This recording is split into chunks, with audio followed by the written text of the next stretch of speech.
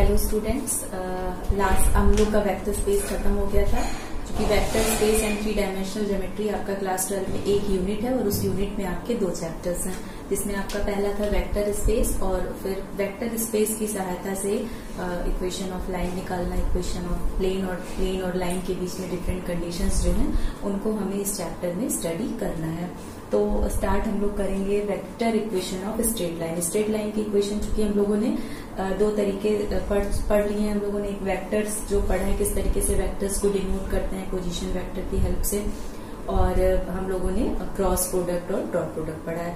तो जो उसको हम लोग नॉन पैरामीट्रिक फॉर्म बोलते हैं और इसको हम लोग vector equation of straight line बोलते हैं। हम लोग दोनों ही तरीके सीखेंगे आपके कोर्स में। आई थिंक ये वाला vector equation of straight line vector वाला ही है, लेकिन उसको आगे आपके कॉम्पिटिशन और बाकी चीजों को ध्यान में रखते हुए हम उसे भी चैप्टर के लास्ट में सीखेंगे। तो सबसे पहले हम लोग आज निकालेंगे vector equation of a straight line. Straight line की डिफरेंट कंडीशन यानी कि 5 कंडीशन हम लोग किस किस तरीके से स्ट्रेट लाइन का इक्वेशन निकालते थे क्लास 11th में आप लोगों ने पढ़ा है, लेकिन क्लास 12 में आपको वेक्टर की हेल्प से आपको स्ट्रेट लाइन की इक्वेशन निकालनी है। तो इसकी 2 कंडीशन है। वहां पर भी ढेर सारी कंडीशंस होती थी जब आप सिंपल 3D में पढ़ते थे विदाउट वेक्टर, और यहाँ पर आपको 2 कंडीशंस पढ़नी है। पहली, equation of line passing through a point.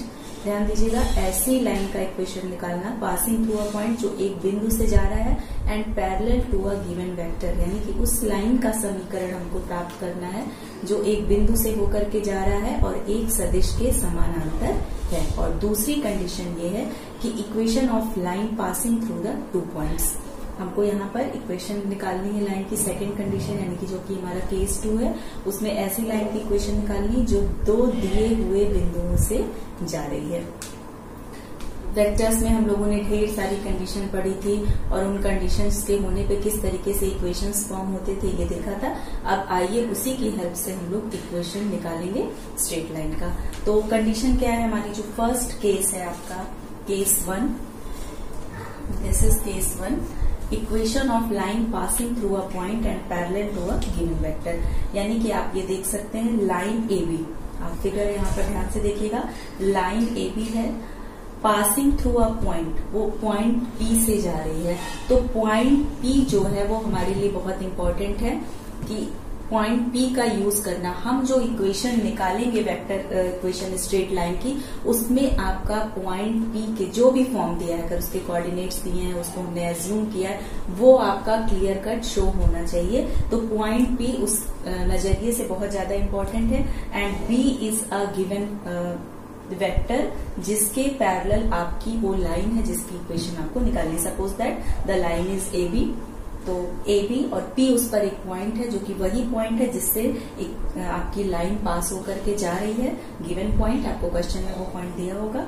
And B is the given vector, जो वेक्टर B है जिसके पैरेलल आपकी ये लाइन है जिसका आपको इक्वेशन निकालना है। तो ये कंडीशंस हमको दी हैं, उन कंडीशंस की बेसिस पे हमने एक डायग्राम ड्रॉ किया है। ऑब्वियसली लाइन है तो उसका कुछ इनिशियल पॉइंट होगा। Suppose that the line is starting from the point A is the initial point of the line AB and P is a point between A and B।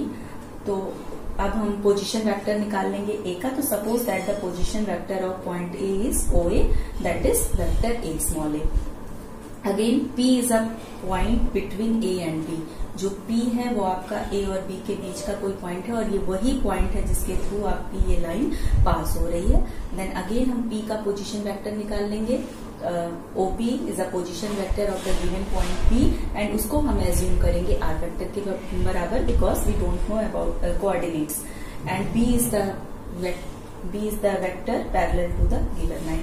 तो यहाँ पे हमारे assumption देख लीजिए, OA is equal to A vector, OP is equal to R vector. Next, AP is parallel to AB। आप देख सकते हैं क्यों, क्योंकि लाइन AB के बीच में P आ रहा है। आपको कंडीशन ऑफ पैरेललिटी और कंडीशन ऑफ कोलिनियरिटी अगर आपको याद होगा तो AP and AB are parallel and collinear as well. AP और AB आपके पैरेलल वेक्टर्स भी हैं और कोलिनियर वेक्टर्स भी हैं।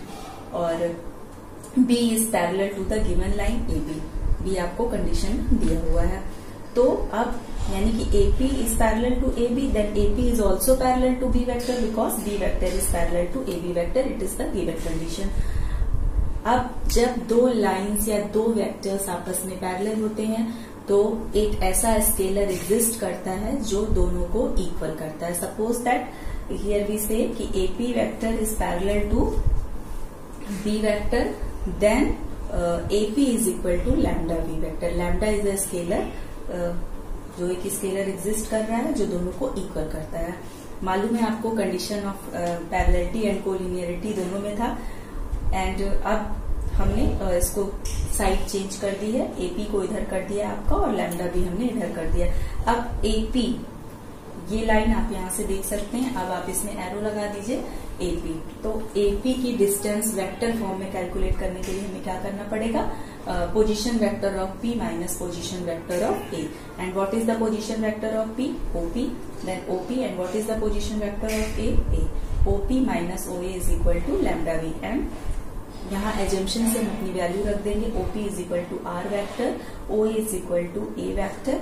अब चूंकि R अननोन है, rest are known quantities, then R vector is equal to lambda V vector plus A vector, and this is the equation of line passing through a point and a parallel to a given vector। यानी कि ये उस रेखा का समीकरण है जो किसी दिए हुए बिंदु से जाती है और किसी दिए हुए सदिश के समांतर होती है। यहाँ पर B वो सदिश है जिसके समांतर रेखा है और P वो बिंदु है जिससे होकर के रेखा AB गुजर रही है। तो आई होप कि आपको केस 1 समझ में आ गया होगा, vector equation of a straight line, और केस 1 उसका ये है। नेक्स्ट आ जाइए, हम लोग केस 2 पे आ जाते हैं। दिस इज केस 2, और केस 2 हमारा क्या है, equation of line passing through the 2 points. एक ऐसी रेखा का समीकरण ज्ञात करना जो दो दिए हुए बिंदुओं से होकर के जाती है। इसमें हम केस 1 की हेल्प लेंगे, और लेकिन सबसे पहले हम अपने एजम्पशंस मेक कर लेते हैं। आप देख लीजिए कि दो बिंदुओं से होकर के जा रही है, तो ऑब्वियसली हमने P पॉइंट को अलग, कि पहले हम उन दो बिंदुओं को डिस्क्राइब कर देंगे जिनसे होकर के ये रेखा जा रही है। तो इसकी कंस्ट्रक्शन और इसकी कंस्ट्रक्शन में डिफरेंस है। यहाँ पर पॉइंट P अंदर था, क्यों अंदर था, क्योंकि हमें कंडीशन पहले दी हुई थी कि एक दिए हुए बिंदु से होकर के रेखा जा रही है, और यहाँ पर क्या है कि दिए हुए दो बिंदुओं से होकर के रेखा जा रही है। Then A is a initial point, initial point and the first point, and the B is the second point, and P is the another point on the line। तो OA आप सबसे पहले इनिशियल पॉइंट का position vector निकाल लेंगे, OA के बराबर है, जिसको हमने स्मॉल a का एज्यूम किया है। नेक्स्ट पॉइंट है B का पोजीशन वेक्टर आपका OB के बराबर हो जाएगा, जिसको हमने B वेक्टर माना है। और नेक्स्ट जो हमारी अननोन क्वांटिटी है, इक्वेशन ऑफ लाइन को जो कंप्लीट करेगा, OP वेक्टर, यानी कि P is another point on the line other than A and B। तो आप OP is equal to R vector, ये हमारे एजम्पशंस हैं। अब अगेन आप फिगर में आ जाइए, आप देख सकते हैं सिमिलरली अगर हम इस तरीके से एरो लगाते हैं तो AB and AP are parallel and collinear as well. The same condition, AB और AP। अब ये बताने की जरूरत नहीं कि किस तरीके से ये पैरेलल और कोलिनियर होंगे, आपको मालूम है, आप ये पढ़ चुके हैं वेक्टर्स में। तो उसकी हेल्प से अब आप यहाँ पर अगर AB और AP दोनों पैरेलल हैं तो सबसे पहले हम AB का पोजीशन वेक्टर निकाल लेंगे। तो क्या हो जाएगा, position vector of B minus position vector of A। तो B का पोजीशन वेक्टर क्या हो जाएगा, OB वेक्टर, एंड A का पोजीशन वेक्टर आपका हो जाएगा OA वेक्टर। तो then AB is equal to B vector minus A vector, and AP is parallel to AB, then AP is equal to lambda AB। यहाँ पर भी एक ऐसा स्केलर जरूर एग्जिस्ट करेगा जो दोनों को इक्वल कर दे, because they are collinear and parallel as well. तो अब यहाँ पर आप AP की वैल्यू हम चूंकि निकाल चुके हैं, निकाल सकते हैं। AP की क्या वैल्यू हो जाएगी, position vector of P minus position vector of A, and position vector of P is equal to OP is equal to R vector. यहाँ पे लिख दिया position vector of A is equal to OA vector is equal to small a vector, यानी कि R vector minus A vector, and lambda और AB की value हमने यहाँ पर निकाल ली थी, B vector minus A vector. तो अब नोन क्वांटिटीज को आपको इसका निकालने का मेथड मालूम है, सारी नोन क्वांटिटीज को एक तरफ, अननोन क्वांटिटीज को एक तरफ, because R is our assumption. तो R इधर रहेगा, रेस्ट को आप इधर ले जाइए। एल्जेब्रा के सिंपल एल्जेब्रा से ऐसे सॉल्व करेंगे तो क्या आ जाएगा, 1 plus lambda into A vector plus lambda into B vector, R vector is equal to ये। तो ये आपका equation of line passing through the 2 points हो गया। तो ये दो केस थे जहां पर हम वेक्टर की हेल्प से, इक्वेशन ऑफ लाइन आपने बहुत सारी कंडीशंस लाइन पर पढ़ी हुई है क्लास 11th में, लेकिन वो उससे यहाँ पर डिफरेंट है। क्यों? क्योंकि यहाँ पर हम लोग इसको जो इक्वेशन ऑफ लाइन निकाल रहे हैं वो किसकी सहायता से निकाल रहे हैं? वेक्टर की सहायता से निकाल रहे हैं। आप यहाँ पर देख सकते हैं, यहाँ पर हमने वेक्टर्स के डिफरेंट लॉज यूज किए हैं इक्वेशन ऑफ लाइन को निकालने के लिए। तो आई होप आपको एक vector equation of straight line और उसकी दोनों कंडीशंस समझ में आ गई होंगी। नेक्स्ट, इसी में हम लोग अगर इसको उसके कार्टेशियन इक्वेशन निकालनी हो, यानी कि अगर सारे वेक्टर्स अपने रेक्टेंगुलर कंपोनेंट में रिजॉल्व हों तो किस तरह से निकालेंगे? ज्यादा डिफिकल्ट नहीं है, बस आपको जहां जहां B vector, simple B vector लिखा है, वहां वहां आपको उसे क्या कहते हैं, उसके रेक्टेंगुलर कंपोनेंट में क्या करना पड़ेगा? रिजॉल्व कर देना पड़ेगा अगर हमको कार्टेशियन इक्वेशन निकालनी है तो आप यहां पर देख लीजिए, ये आपका हो जाएगा xi plus yj plus zk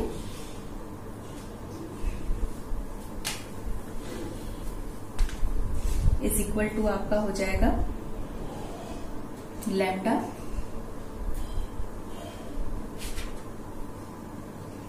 B vector की जगह पे आप रख सकते हैं b1i प्लस b2j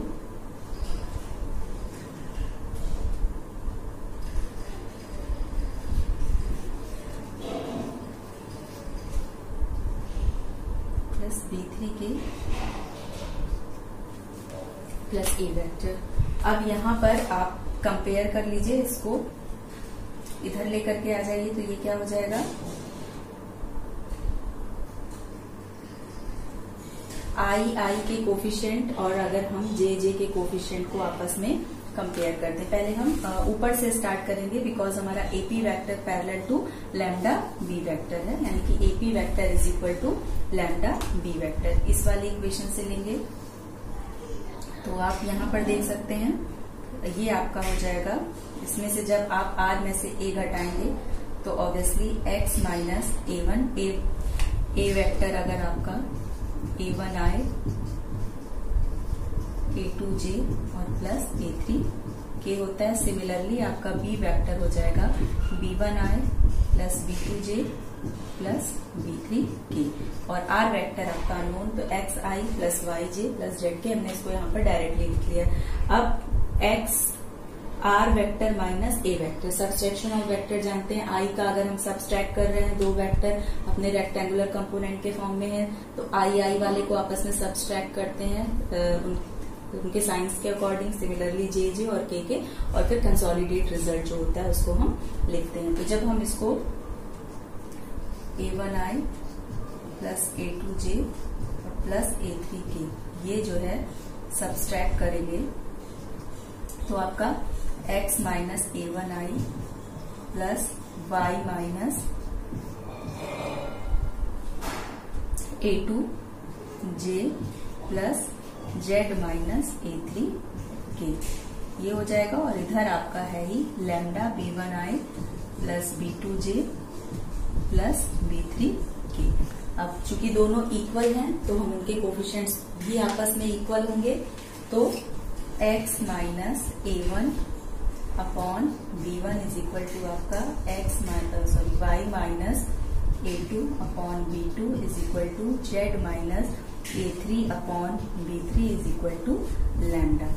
ये आपका कार्टेशियन इक्वेशन हो जाएगा, straight line passing through a one point and given parallel to a given vector b, यानी कि इक्वेशन क्या हो जाएगी? x minus a1 upon b1 y minus a2 upon b2 is equal to z minus a3 upon b3 is equal to lambda. अगर आपको वहां पर भी equation of line passing through a point याद होगा, गिवन पॉइंट, तो अगर हम उसको कार्टेशियन फॉर्म में निकालते थे जब हम लोगों ने क्लास 11th में पढ़ा था, तो ये सेम इक्वेशन है लाइन की। और अगर इसी तरीके से ये दो पॉइंट हो जाएगा तो यहाँ पर आपका क्या हो जाएगा? Equation of line x minus a1 और यहाँ पर चाहे आप a1 माइनस b1 कर दें या b1 माइनस a1 कर दें, बात एक ही है, हर तरफ से माइनस आएगा तो वो एलिमिनेट हो जाएगा।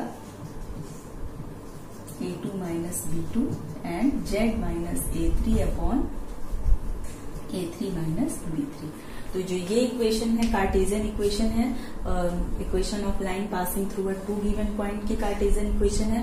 आप इसको भी रिमेम्बर कर सकते हैं। आप ये सेम इक्वेशन क्लास 11th में पढ़ चुके हैं।